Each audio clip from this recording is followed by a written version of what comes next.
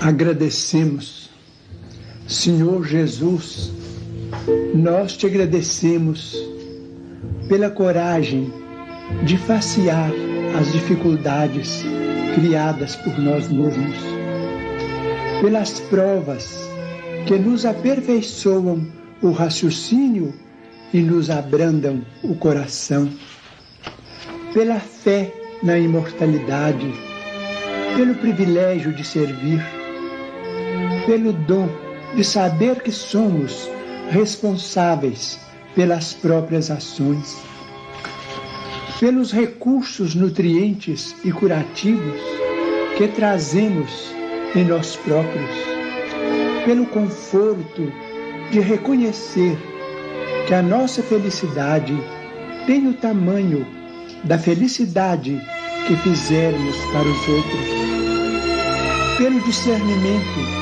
que nos permite diferenciar aquilo que nos é útil daquilo que não nos serve, pelo amparo da afeição no qual as nossas vidas se alimentam em permuta constante, pela bênção da oração que nos faculta apoio interior para a necessária solução de nossos problemas, pela tranquilidade de consciência que ninguém consegue subtrair-nos.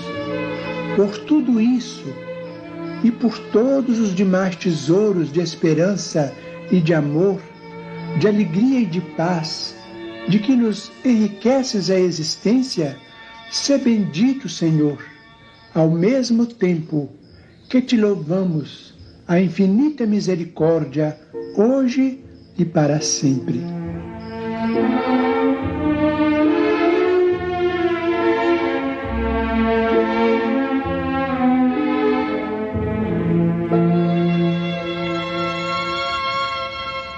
Zelahá, algumas palavras antes da gente passar o vídeo da crise? Tenho sim.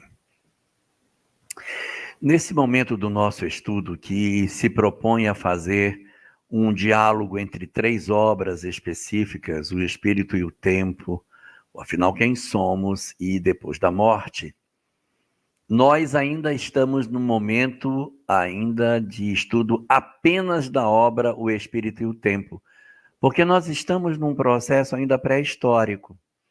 Nós estaremos ainda no primeiro capítulo da primeira parte, chamado Horizonte Tribal, onde nós estamos na pré-história. Não começou ainda efetivamente a discussão dos migrados, dos espíritos das civilizações, dos iniciados. A gente ainda não tem isso. Nós estamos ainda no horizonte das tribos, daquele horizonte pré-histórico, das tribos rudimentares, dos silvícolas.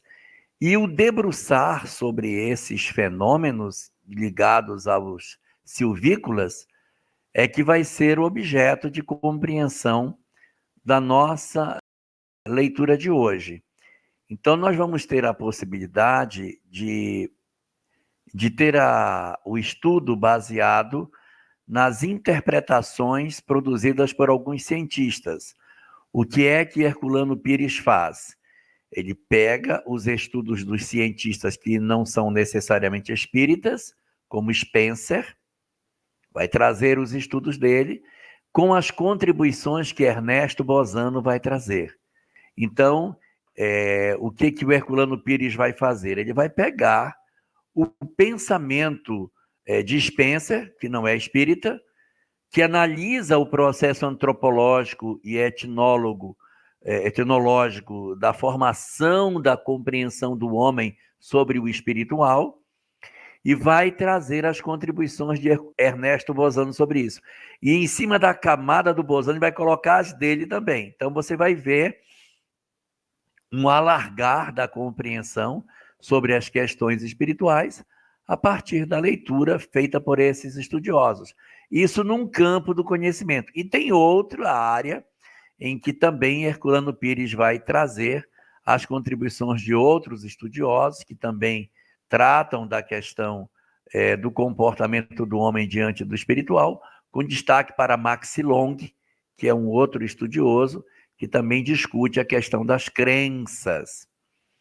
Esse Max Long ele vai estudar um povo em particular e vai oferecer as leituras que ele tem sobre esse processo de formação do ideário do homem sobre a questão do espiritual. Então, entrando nas discussões do que a gente vai ver hoje aqui, eles vão decidir estudar povos pré-históricos, mais especificamente povos da Polinésia, que ainda trazem características muito semelhantes a que tinham lá no passado, ou seja, são sociedades que não apresentaram grandes transformações ao longo dos séculos. Então, estudá-las hoje é vê-las no passado. E o passado delas parece muito com o passado de todos nós. E o que eles vão descobrir? Eles vão descobrir coisas muito interessantes. Coisas que eu até já tenho falado em algumas lives, de que desde o princípio da história, a imortalidade da alma estava presente no ideário humano e tal, e que esse ideário foi construído a partir da mediunidade. Isso é as grandes descobertas, né? Eles não vão falar diretamente mediunidade, mas Ernesto Bozano vai dizer, não, isso aí foram experiências mediúnicas que deram origem a esse processo. Então, eles vão pegar na Polinésia um grupo de espíritos ainda iniciantes para fazer um estudo para saber de onde veio a crença, de onde é que tudo surgiu. E aí, Spencer, estudando, por que essas pessoas falavam de vida após a morte? E ele vai dizer que existem 4 fenômenos que geraram a crença de que existe vida após a morte. Os fenômenos são: o selvagem dormia e sonhava que ele se via fora do corpo e se via em outros lugares. Então, a crença da alma se deu a partir daí. Ele diz que também a sombra que o seguia para onde ele ia pode ter sido a origem da crença.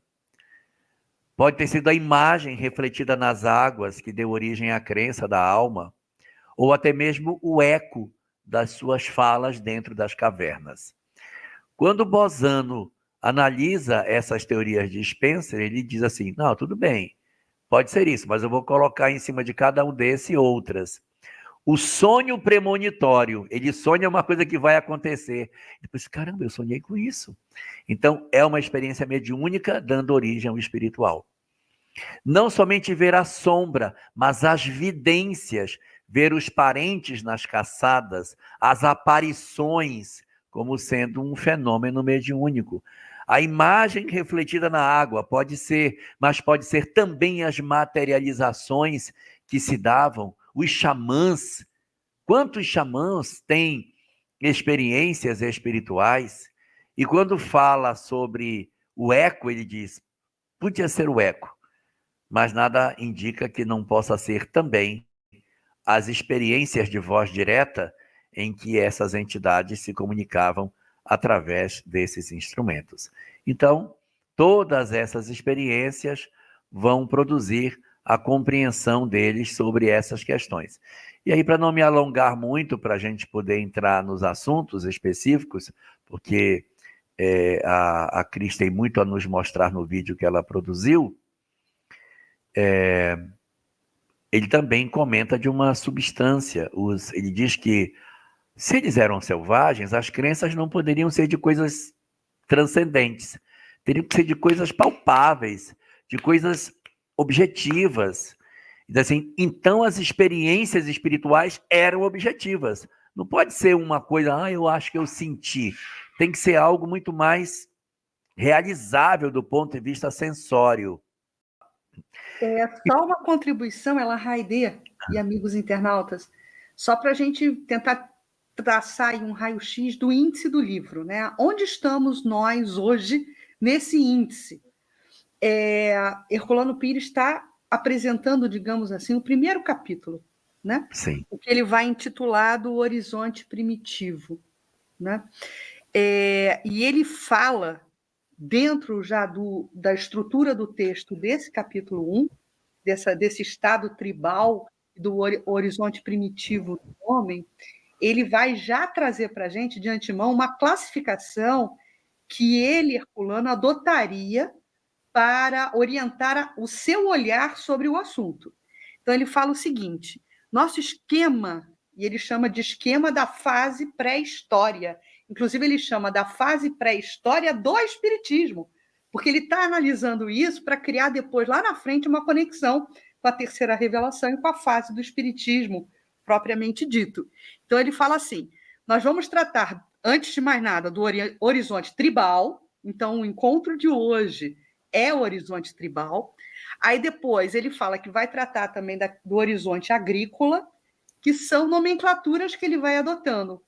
Como Kardec fez no Livro dos Espíritos, quando ele nos apresenta a questão da reencarnação, ele também monta uma escala espírita, né? A escala espírita para classificar os tipos, né, de entidades e espíritos que vão permutar aí vidas.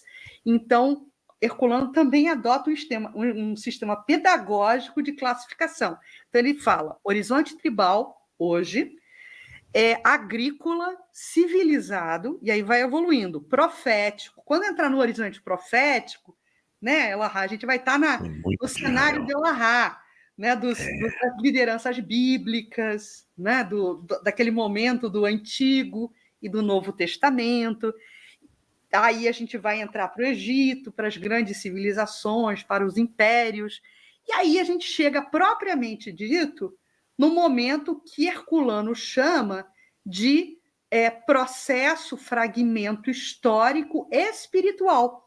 Quando chegar nesse horizonte espiritual, Herculano vai começar a tratar das questões atinentes à doutrina espírita em si, quando ela se lança como a terceira grande revelação.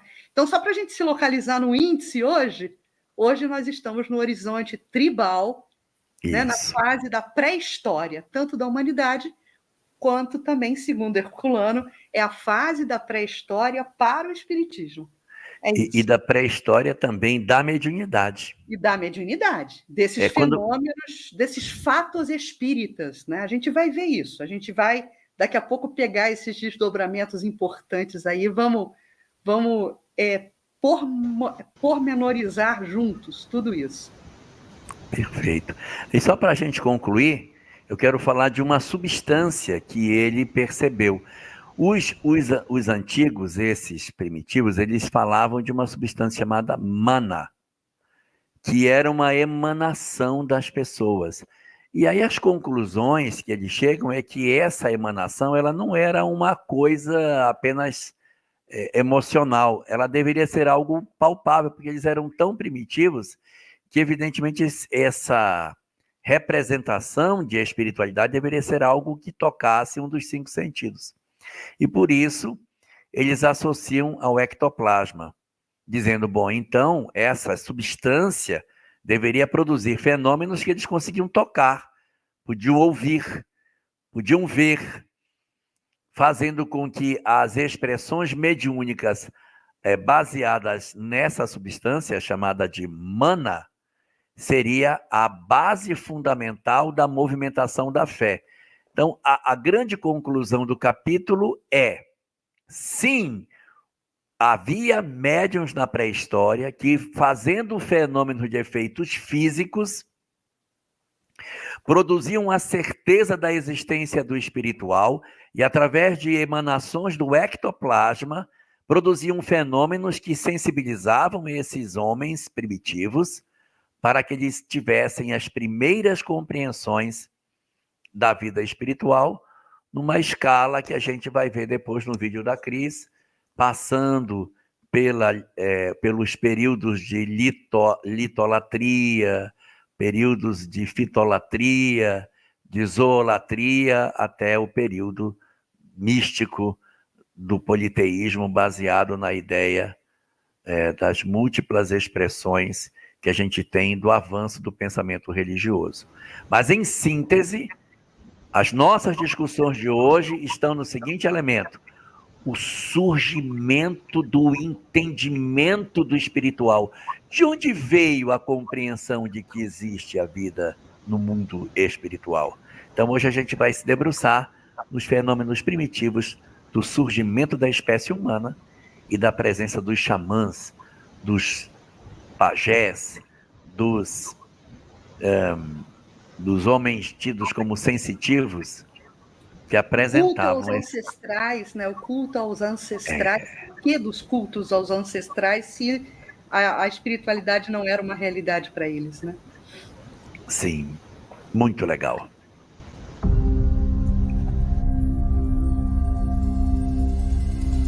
No creo em brujas, pero que las hay, las hay. A frase é um dito popular em castelhano, forte no imaginário da cultura do povo espanhol do norte, Galícia e Navarra. Esse atestado, eu não acredito em bruxas, mas que elas existem, contrapõe o que o materialismo do século XVIII pensava sobre a questão. Herculano Pires usa de genialidade para comentar o tema. O materialismo é uma espécie de flor de estufa artificial cultivada em compartimento de vidro que isola a mente da realidade complexa da natureza. Kardec já havia esclarecido que os fatos espíritas são de todos os tempos, uma vez que a mediunidade é uma condição natural da espécie humana.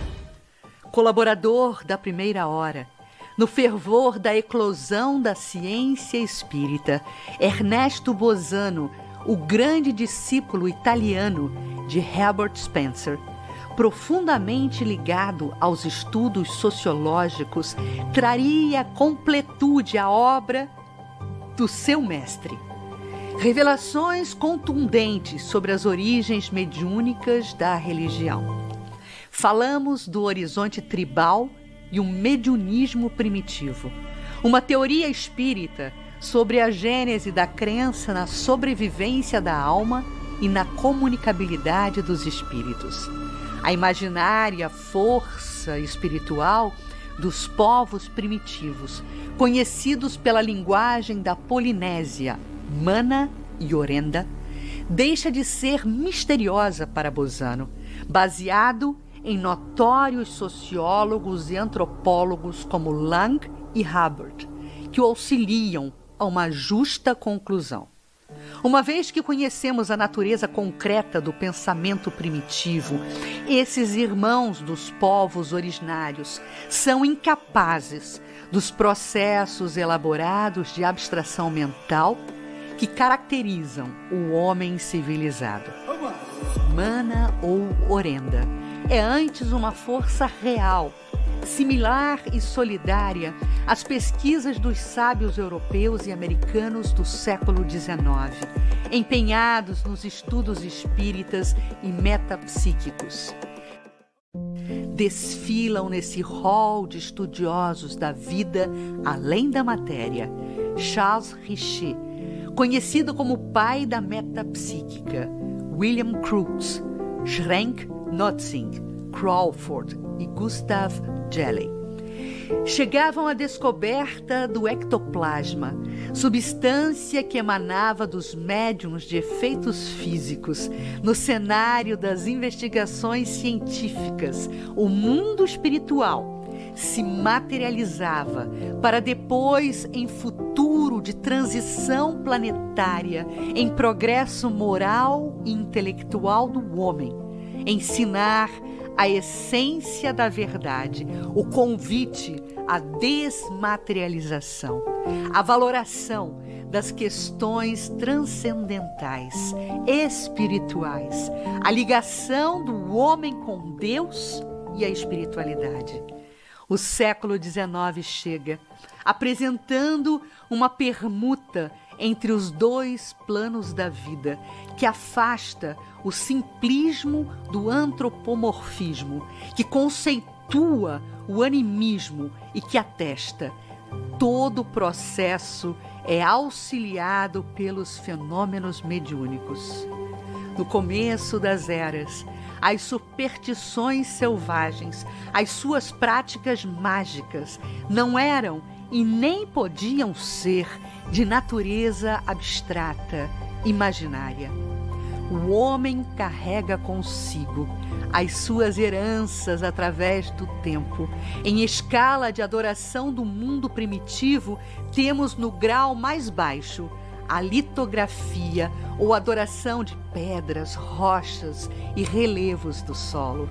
No grau seguinte, a fitolatria ou adoração vegetal de plantas, flores, árvores e bosques. Logo acima, a zoolatria ou adoração de animais, e somente num grau mais elevado, a mitologia propriamente dita, com a sua forma clássica de politeísmo. No Livro dos Espíritos, no 2º capítulo da 3ª parte, nosso mestre lionês, Allan Kardec, compilou na codificação as bases para a lei da adoração. Sentimento inato no homem como sentimento da existência da divindade, um conjunto de forças naturais que constituem o mundo ao qual o homem naturalmente pertence. No início, a adoração exterior de objetos, fruto de experiências concretas e de sensações. No futuro, paira o convite, não mais sensações, e sim sentimentos. A adoração de coração, da noção de pertencimento e filiação divina. Das selvas à civilização, os espíritos ensinam aos homens que a vida não se encerra no túmulo, como também não principia no berço.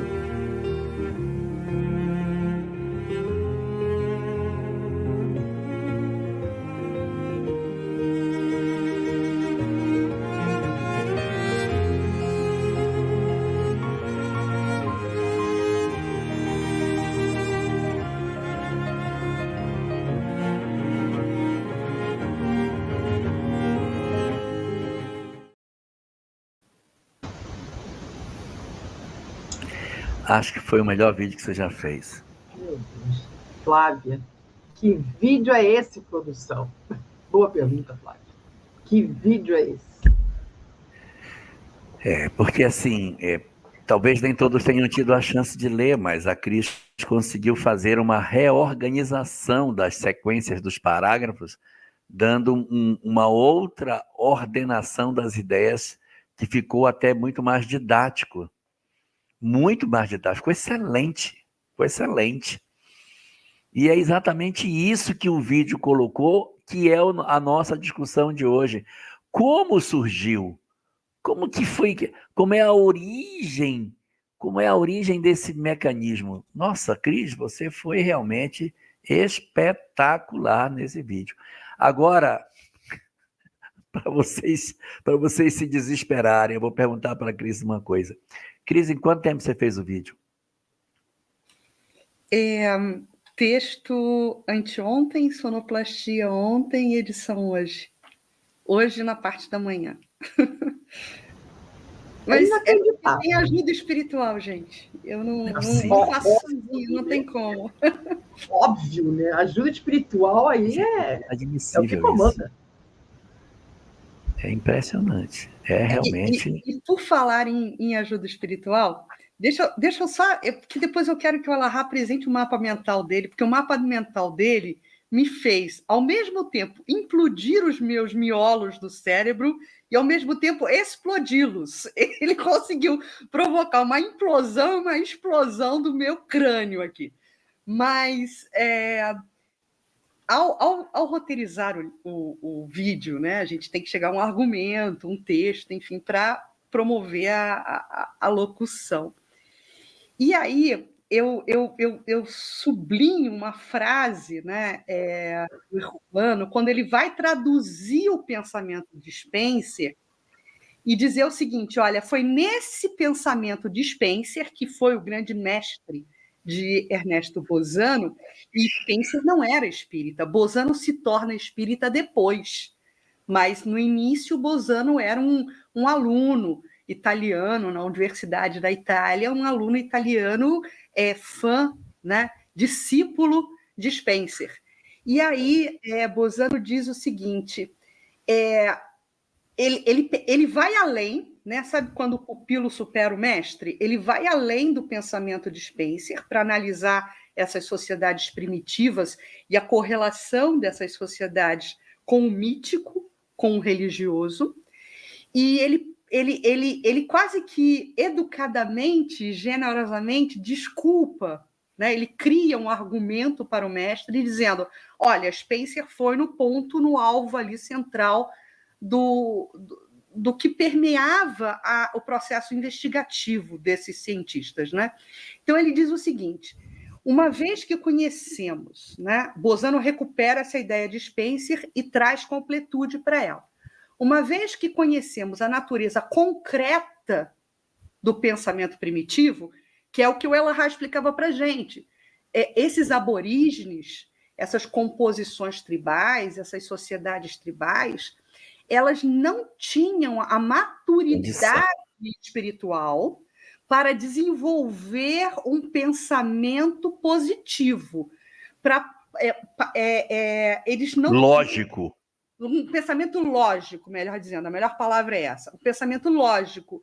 Então, uma vez que conhecemos, palavras de Bozano, uma vez que conhecemos a natureza concreta do pensamento primitivo, esses irmãos dos povos originários, ou seja, esses indígenas, esses aborígenes, são incapazes dos processos elaborados de abstração mental. Então, os fatos espíritas... Como é que eu vou conseguir dizer, quero falar dizer, para alguém que tem vida após a morte? Exato. Eu preciso de uma experiência sensória que me convença disso. Exatamente. Então, como eles não tinham essa capacidade imaginativa, eles não tinham essa capacidade de abstração mental, que é, digamos assim, as palavras que Bozano utiliza para criar essa justificativa da sustentação da ideia que, sim, esses povos já mantinham contatos extrafísicos, mediúnicos com essas comunidades do outro plano da vida, né? Eles não tinham essa capacidade de abstração mental para poder elaboradamente dizer, olha, existe a mediunidade, existe uma segunda dimensão. Eles não tinham essa capacidade mental, de abstração mental, que é uma característica que caracteriza o homem civilizado. E aí, o que os amigos espirituais que me auxiliam no roteiro me sopravam e me inspiravam tudo começa com um tangível, tudo começa com a materialização. Então, os fenômenos físicos, eles prenunciam uma verdadeira invasão organizada, como foi no século XIX, na Paris do século XIX, em um processo de materialização. Então, nós vamos concretizar o plano espiritual para chamar a atenção do mundo. Mas esse processo de materialização, ele é característico de uma primeira fase, porque o grande objetivo, a grande finalidade no inaugurar desse intercâmbio entre os dois planos da vida é, depois, transformar essa concretude, esses fenômenos físicos, essas materializações, em um processo de desmaterialização. Porque o grande convite posto para nós, que somos componentes da humanidade, na medida que sabemos da vida futura, na medida que sabemos da vida do espírito e da sua essência, a proposta agora é desmaterializarmos. Então, começa materializando para desmaterializar. Sim. Só juntando aí nessa sua ideia, nós temos o seguinte: no início da história da humanidade, o homem materialista, desconhecedor das coisas espirituais. Então, para trazer o mundo espiritual, materializa-se o mundo espiritual para ele. O mundo espiritual torna-se material para que ele perceba que ele existe, depois ele se desmaterializa. Século XIX, o homem volta a ser materialista. Então, o que eu faço? Materializa o mundo espiritual, para que o homem veja o mundo espiritual, depois ele se desmaterializa. Porque é um processo como se fosse uma isca para buscar o homem na condição que ele se encontra. E aí os fenômenos mediúnicos são palpáveis nas duas etapas do processo de desenvolvimento da humanidade. É o resgate do essencial para nos mostrarmos a verdade. É como se fosse um caleidoscópio, né? Eles facultam o caleidoscópio e a gente olha e enxerga aquela realidade a depender da incidência da luz. Quanto mais luz, mais diferença faz na imagem que a gente vai ver. E aí, nesse processo de materialização para provocar a desmaterialização, e aí, filosoficamente, a gente está falando isso, né? No âmbito filosófico, existe aí também um jogo de palavras, porque eles começam com as sensações. Então, é a sensação do ruído, é a sensação do toque, é a sensação das sensações físicas, né?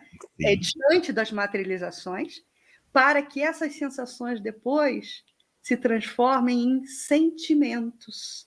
Então, é o homem primitivo, o homem carnal, o homem materialista, sensação, migrando para o homem espiritual, o homem integral, o homem sentimento. Sensação. Olha só, tem uma coisa interessante também, que é o seguinte: quando os antropólogos eles visitam sítios arqueológicos pré-históricos, eles têm uma conclusão que eles também utilizam sobre essa questão de religião. E aqui não estou falando de espiritismo, estou falando de antropologia. Eles dizem que quando eles chegam num sítio arqueológico onde existe algum altar, alguma demonstração de que havia alguma espécie de culto, não importa qual, mas eles percebem que havia adoração a algo, não importa o quê, eles concluem: este povo falava, tinha linguagem. Porque a ideia do espiritual é impossível ser transferida sem palavras. Eu preciso ter uma linguagem para eu poder dizer o Criador, criou, nós, eles. Então eles dizem, tem adoração, então tem linguagem articulada, já tem uma fala, tem um idioma, ainda que rudimentar, mas eles têm que ter alguma maneira de expressar isso. E a mesma coisa a gente pode chegar quando a gente analisa o fenômeno tendo que descer até a materialidade humana para que a gente consiga, como se fosse uma isca, que fisga e puxa o indivíduo de volta para uma leitura espiritual da vida. É fantástico esse movimento que o mundo espiritual faz de resgate. E o interessante é que essa compreensão de que essa substância da qual os selvagens falavam, chamando essas substâncias de ectoplasma, eles falam de objetos, então deve ser alguma coisa prática, deve ser o ectoplasma. Não são conclusões retiradas dos estudos espíritas, mas são estudiosos não espíritas, mas que se dedicam a estudar o fenômeno da religiosidade na criatura humana, despido de preconceitos, que diz, cara, esse mana ou orenga, como queira chamar, esse negócio aí, que os caras dizem que eles acumulam, que eles falavam que acumulava, que eles acumulam e que gera na pessoa e que esse negócio sai dela, isso poderia ser o ectoplasma. O que vocês acham? Então, forma-se um consenso de que nós deveríamos promover, a partir desse entendimento, a compreensão de que, desde o princípio da história, a religiosidade surgiu. Então, essa é uma questão que a gente sempre comenta. Quando que a mediunidade surgiu? Desde o princípio da história da humanidade. eu acho engraçado, sempre usei isso em grupos de jovens, assim, qual foi o primeiro fenômeno mediúnico? Aí, 10 mandamentos. Aí, muito bem, 10 mandamentos, muito bem. Aí, qual foi? É Jesus, não sei o quê. Aí você vai puxando, não tem início, porque desde que a humanidade não tinha nem sequer ainda alcançado a condição de total consciência, nós já possuíamos aí a inserção desses elementos. E aí eu quero só destacar uma coisa, já passo para você, Cris, que é o seguinte: no seio desses povos primitivos havia sensitivos. Os xamãs, os feiticeiros, os, sei lá como é que a gente queira chamar, mas aqueles que tinham essa conexão com o mundo espiritual e que exerciam, por conta disso, poder, né? Isso aí exercia poder. Tornavam-se automaticamente pessoas de poder. Então, olha como é a espiritualidade. Nessas comunidades primitivas, joga um médium lá dentro. Para que ele, pelas manifestações físicas, leve a verdade da existência do espiritual para as comunidades. Eu preciso comentar isso, né, Jorge e Denise. Que frase magistral, genial de Herculano Pires, comparando os materialistas a uma estufa que aprisionam as plantas. Foi maravilhoso. Genial isso, né? Essa frase é aquilo que sufoca, né? Aquilo que cerceia, né? É genial essa frase do Herculano quando ele compara, né, o materialismo. O materialismo é uma espécie de flor de estufa, flor em estufa, artificial, cultivada em compartimento de vidro, que isola a mente da realidade complexa da natureza. Porque a gente vai começar a ver, e estudamos isso no A Caminho da Luz, né? O quanto a religião deturpou, né? O quanto a religião se perdeu da sua vocação inicial, desse religare, né? Desse sentimento inato do homem com a divindade. O quanto teve a corrupção dos propósitos ali, né? Na Idade Média, né? Depois em todas as perseguições que foram perpetuadas pela Inquisição. E aí vem a ciência. Só que a ciência vem e sobe no salto, né? Sobe no salto e se vê invadida pelo orgulho. Se vê invadida pelo orgulho e começa a negar tudo aquilo que ela ainda não conseguia explicar. Então, é justamente essa flor em estufa, acrisolada e separada, né, engessada. Eu achei muito interessante essa construção que ele faz, não necessariamente essa da estufa, mas eu gostei muito de uma outra construção que ele faz, em que ele diz o seguinte: enquanto o homem não tem ainda a sensação do orgulho, enquanto o homem ainda não está contaminado com a vaidade do conhecimento, ele é crente. Ele é crente. Na medida em que o homem avança na direção de achar que ele já tem todo o saber, ele faz um movimento infeliz de ruptura com o espiritual. Então ele diz que o materialismo, ele é o resultado do orgulho humano, que ao contemplar o saber, ele acha que ele, na verdade, é quem tem o conhecimento de todas as coisas. Então ele diz que enquanto o homem vive de maneira simples, em contato com a natureza, em contato com as coisas, sem o chamado refinamento intelectual, ele crê. Na medida em que essa vaidade intelectual, o refinamento intelectual e a sensação de que ele é autossuficiente, quando isso alcança o coração do homem, ele diz: eu nego. Eu nego. Então ele vai conectar o materialismo como uma espécie de filho do orgulho, pela tentativa de fazer uma ruptura com as questões espirituais da vida também. E aí, de novo, né, rendendo homenagens hoje e sempre, né, a Allan Kardec, que a gente vai encontrar no professor Rivail,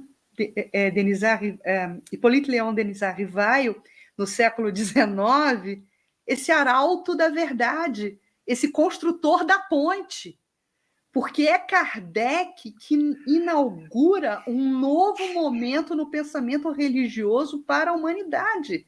É ele que faz essa conexão, é ele que traz de volta esses dois grandes círculos do saber da humanidade, o círculo religioso e o círculo da ciência. É ele que vai unir essas duas grandes esferas, né? do ser social, né? do agir, da dinâmica do mundo. É ele que constrói essa ponte, porque antes essas duas grandes potências estavam rompidas. Não havia interrupção entre elas.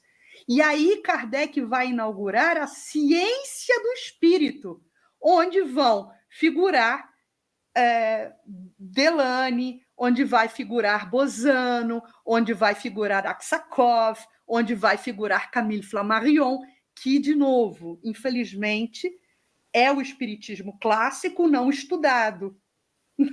Muitos estudam o espiritismo, mas não se debruçam sobre esses primórdios do espiritismo e esses grandes teóricos que foram companheiros da primeira hora de Allan Kardec nesse religare, nessa construção dessa ponte. Isso. E aí ele vai fazer um fechamento dentro dessa leitura, nos apresentando a grande sacada de Allan Kardec nesse processo, que ele diz assim: a mediunidade até então ela ficou confinada ao mundo do místico, ao mundo do fantástico, das coisas que não poderiam ser tocadas do ponto de vista científico. E Kardec vai estabelecer o diálogo entre o mundo fantástico da mediunidade e a ciência.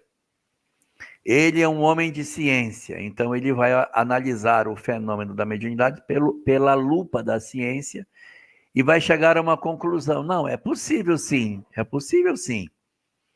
nós termos uma crença. Mas essa crença não pode ser uma crença cega, não pode ser um conjunto de verdades desapoiadas do conhecimento que a ciência nos oferece. E aí ele cria um negócio, um termo, que pode parecer um paradoxo. Que ele chama de fé raciocinada. Que aí você diz, não, mas se é fé, não raciocina. Se raciocina, não é fé. Isso não é possível, sim. Desde que você analise com critério, você vai descobrir que é verdadeiro o fenômeno, mas sem misticismo. E aí o que o Herculano vai dizer? Ele nos apresentaria a mediunidade sem ser mística. E uma coisa importante para que esse fenômeno seja assim, não místico, é que o revelador não é o codificador. Essa que é a questão. Porque em todas as outras, o revelador é o codificador. Aí não dá. Porque Krishna diz, vai por mim que eu estou certo. Buda diz, vai por mim. Jesus, vai por mim. Então todo mundo vai por mim, vai por mim. Madame Blavatsky, vai por mim que eu estou vendo. Aí você pega Swedenborg, vai por mim que eu estou vendo. Vai por mim. Andrew Jackson Davis, vai por mim. Vai por mim.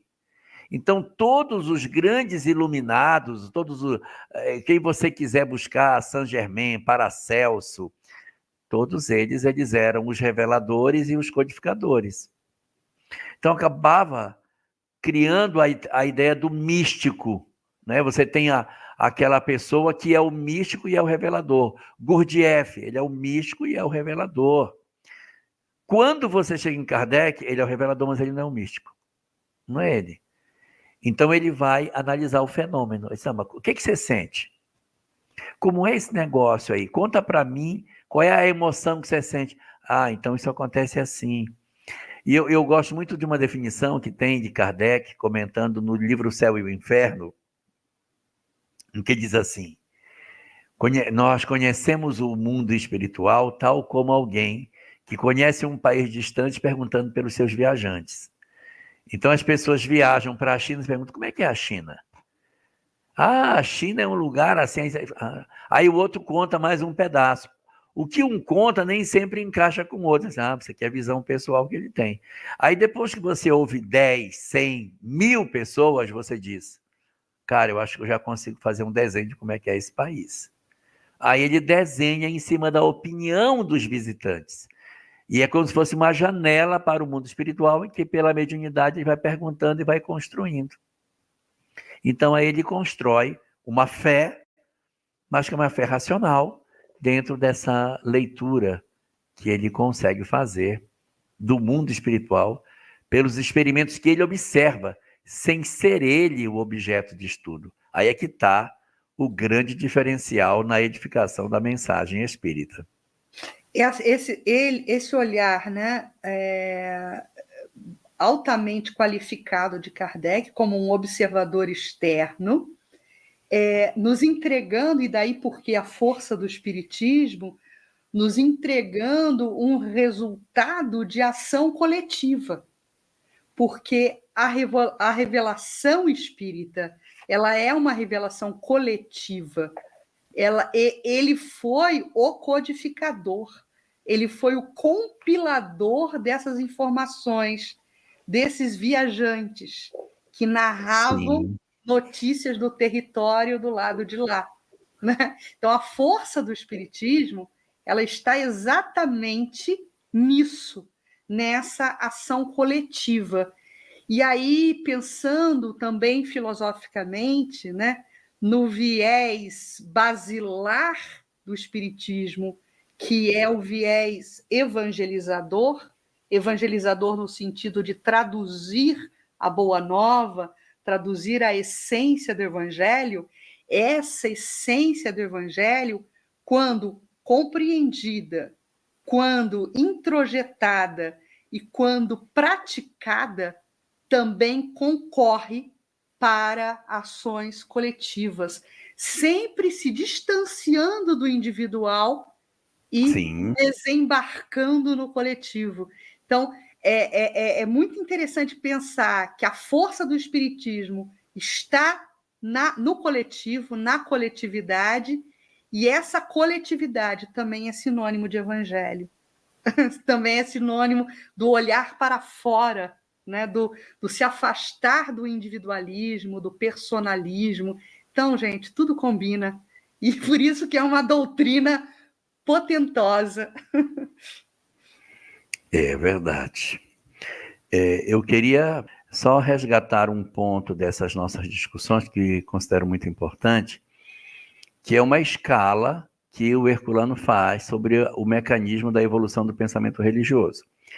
Ele não diz que essa escala, e eu estou falando de escala, não estou falando de escada, porque isso é uma rampa, nunca uma escada, ela não é sucessiva assim. Primeiro veio isso, aí depois veio aquilo.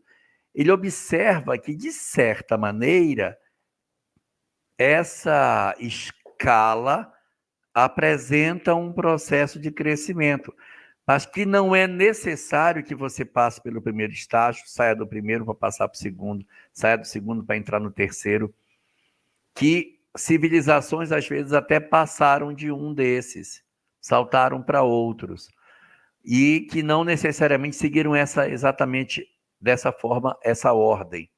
Mas é um fenômeno até compreensivo de progressão que vai acontecer. Então, ele fala de estágios progressivos do processo do desenvolvimento da religiosidade, da crença. Numa primeira expressão, são seres inanimados que são objeto de adoração. Totalmente inanimados. Então, ali você tem seres sem nenhum tipo de vida, nada. É uma rocha, é a lua, é o sol, é uma cachoeira, é uma coisa completamente desprovida de qualquer tipo de expressão de vida, aonde, assim, numa figura de linguagem como se fosse uma prosopopeia, aí aquele ser inanimado ganha vida. Aí você tem o trovão, você adora o trovão, tem medo do trovão, adora a chuva, adora as pedras, as runas. Nós temos uma série de pessoas que adoram cristais. De onde teria surgido nas pessoas essa coisa que as pessoas gostam de ter um pingente com determinado cristal? Elas usam runas, elas gostam. Isso vem das nossas heranças ancestrais. Sabe lá quantos milênios nós não cultivamos esse tipo de adoração a objetos que são inanimados? Quantas vezes a gente viveu esse tipo de crença nas coisas que não têm vida, mas que para nós era um objeto de adoração. Os judeus tinham muito aquela coisa de orar no monte, né? Já viram? Sobe no monte para orar. Sobe no monte para Jesus ter a transfiguração. Sobe no monte para fazer o Fernamão do monte. Moisés sobe no monte. Abraão sobe no monte para sacrificar Isaac. Quando Jacó sai de casa, sobe no monte para dormir no alto do monte. Tudo era no monte. Então, essa coisa, como a Enza está lembrando, os amuletos, né? Os amuletos que as pessoas... Determinado tipo de pedra, que essa pedra aqui, ela é importante. E a gente vai criando essas conexões com aquilo que é o inanimado. Aí ele fala depois de uma outra etapa. Estávamos falando do mineral, né, do inanimado, e aí a gente pode avançar para uma etapa seguinte.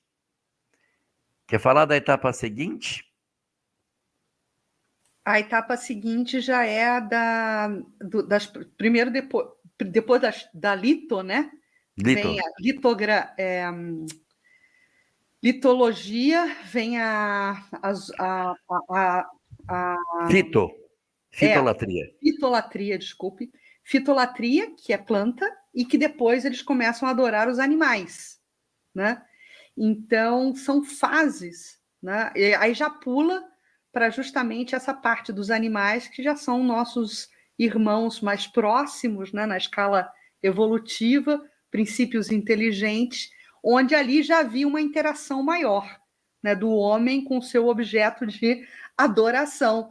Tanto que muitos povos ainda, hoje em dia, né, intitulam determinados animais como sendo animais sagrados. Por exemplo, você vai para a Índia, você tem o boi, né, como um animal sagrado, você tem o elefante como um animal cultuado também. No Egito? No Egito era... Nossa, tinha os caravelhos. Os caravelhos. É símbolo da imortalidade. O chacal, que era o deus Anubis.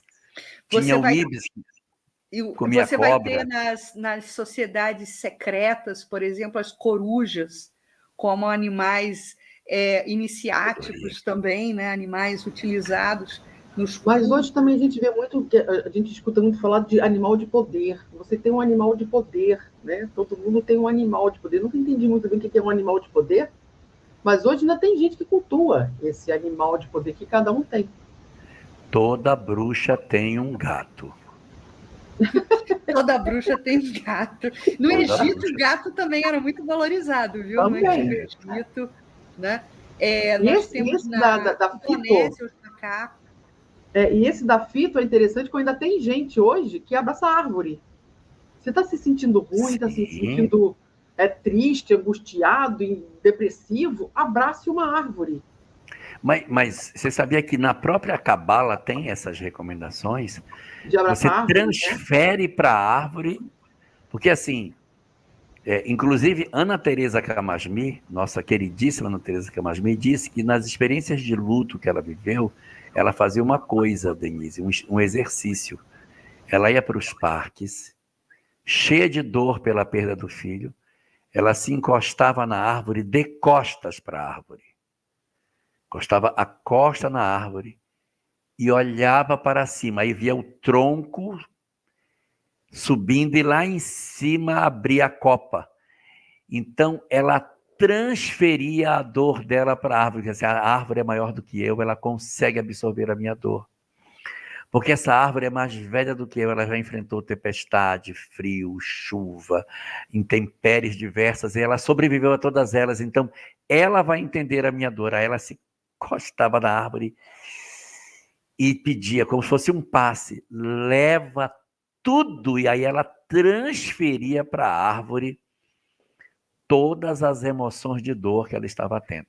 Mas era de costas, né? Mas eu conheço muita gente que abraça mesmo. Na Cabala fala-se muito de você transferir as energias para a árvore, abraçando mesmo. Você abraça e transfere as energias. Não tem o pessoal que vai para o mar? Vai para o mar para fazer um descarrego, né? Então a pessoa vai lá... Uma limpeza, é limpeza. É, fazer uma limpeza, né? Tudo bem que o sal também é bom para sarar a ferida, mas tudo tem seu sentido, porque as energias do mar que vem, que vai, que promove esse processo, também cura. E nessa parte segunda da chamada litolatria, os celtas, que a gente vai ver quando chegarmos na obra Afinal Quem Somos, a gente vai ver os celtas, e a menção histórica dos celtas que o nosso queridíssimo Pedro Granja deixou aí, porque Allan Kardec foi um sacerdote celta, né? Então ele faz uma parada dentro dos celtas. Havia entre os celtas um hábito.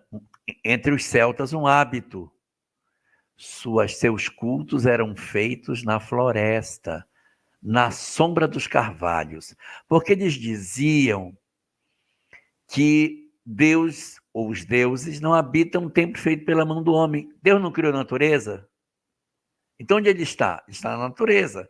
Então eles faziam os seus cultos na sombra dos carvalhos, porque o carvalho era a maior árvore da floresta e melhor representava o poder de vida, de vitalidade, porque era a vida, né? Que o Criador poderia ter deixado. Então, eles vêm fazer as suas cerimônias na sombra dos carvalhos. É isso.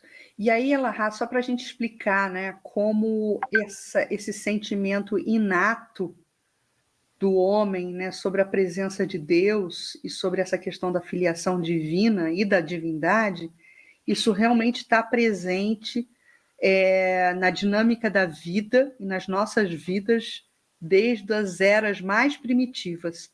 Porque se a gente recupera, né, alguns conceitos básicos doutrinários, né, por exemplo, os 3 elementos constitutivos do universo, Deus, Espírito e Matéria. Vamos colocar Deus de lado, porque ele é o criador de tudo. Então, a gente está falando do Espírito, a gente está falando da matéria. Permeando Espírito e matéria, nós vamos ter o fluido cósmico universal. E tudo entre matéria e espírito advém desse fluido cósmico universal. Quando a gente fala de culto aos animais, quando a gente fala de culto às pedras, culto aos vegetais, tudo isso é um desdobramento em comportamento humano da utilização desse fluido cósmico universal. Porque quando a gente abraça uma árvore, na verdade, nós estamos abraçando aqueles fluidos daquele princípio espiritual. Exatamente. Daquele princípio vital. Né? Quando nós estamos interagindo com os nossos pets, com os nossos animais domésticos, que a gente adora, né? Cães, gatos e tudo. Aliás, eu adoro qualquer tipo de animal. A gente está interagindo, né? Já com uma escala mais evoluída do princípio vital, que se transformou em um princípio inteligente. Né? Então, e tudo isso é decorrência desse fluido cósmico universal. Nós somos decorrência do fluido cósmico universal. Então, nós estamos o tempo todo, 24 horas por dia, permutando energias, canalizando, entregando energias e recebendo energias. Aí a gente vai entender Por que muitos de nós temos crenças dessa natureza? Exatamente. São as nossas histórias, que a gente tem que aprender a respeitar também, né? Mas sim, aí ele vem, litolatria, fitolatria, zoolatria, e depois vem a mitologia, aonde já não é mais animais, não são mais as plantas, agora são seres humanos, que são, não vou dizer seres humanos, mas são divindades em formas humanas, né? Porque tanto pode ser deuses, como podem ser heróis, como podem ser antepassados. Eu posso adorar meus heróis, Hércules, Teseu, Prometeu, etc. Os vários deuses e semideuses que a gente teve ao longo da história. Então, nós temos aí uma etapa. Nós temos os antepassados.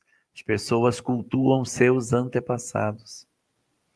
Eu não sei se vocês sabem, mas o totem, manja o totem que fica na frente da aldeia dos Apaches? O que é o totem? O totem, cada camada do totem é uma geração. Então, quando você morre, aí o seu filho vai e põe no totem mais uma camada, para você ser lembrado.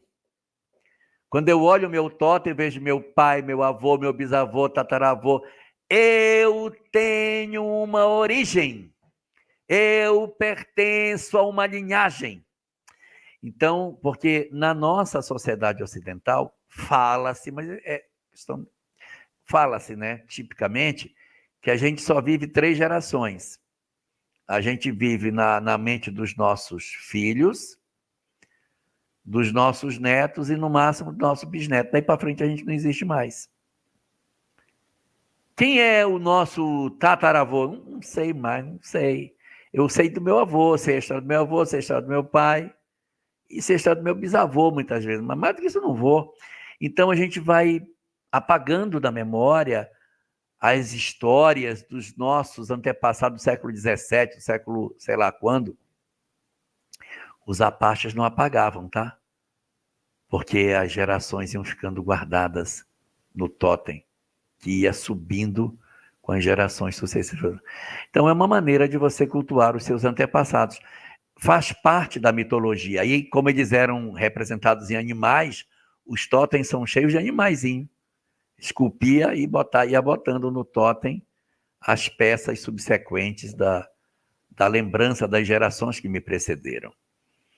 Então, todo esse fenômeno de desenvolvimento da nossa adoração, ele vai crescendo aí, e ele vai parar o texto no politeísmo, tá? Porque ainda tem coisa para frente depois.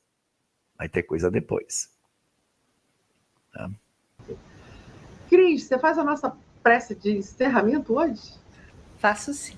E a gente vai aproveitar esse momento de corações exultantes, né? Alegria do convívio, alegria de podermos nos debruçar sobre esse conteúdo tão consolador, tão libertador da doutrina espírita. E vamos nos lembrar de todos os irmãos que se encontram em sofrimento, que se encontram em desalento, que não possuem essa bússola, esse farol do entendimento espiritual para melhor nortear as suas vidas. Nos lembramos também dos nossos irmãos gaúchos, que especificamente passam por provações, passam por momentos de desafio, mas lembramos que esse povo forte, que esse povo de fibra, pode também contar com todas as nossas emanações mentais, com todos os nossos melhores sentimentos, para que se encontrem reforçados na fé e na esperança. Então, todos juntos, numa só vibração, num só diapasão nesse momento, vibramos pelo Rio Grande, vibramos por nossos irmãos do sul do país, dessa terra do cruzeiro, que será sempre a terra do cruzeiro, iluminada e representada e simbolizada nas estrelas com a essência do Cristo, com a essência do Cruzeiro do Sul, essa cruz que nos lembra o madeiro infamante que tentou vilipendiar a essência da verdade, a essência da mensagem do Cristo, que num patamar maior significa amor, num patamar maior significa solidariedade. E então que nesse momento possamos vibrar amor, possamos vibrar solidariedade por todos aqueles que sofrem. E agradecemos por estarmos nessa posição de entendermos a possibilidade do auxílio e nos enfileirarmos nessa posição do auxílio. Muito obrigada, Senhor, por todas essas dádivas e que possamos permanecer juntos nessa seara do estudo, renovando esperança de estarmos juntos aqui, daqui a 15 dias. Muito obrigada, Senhor.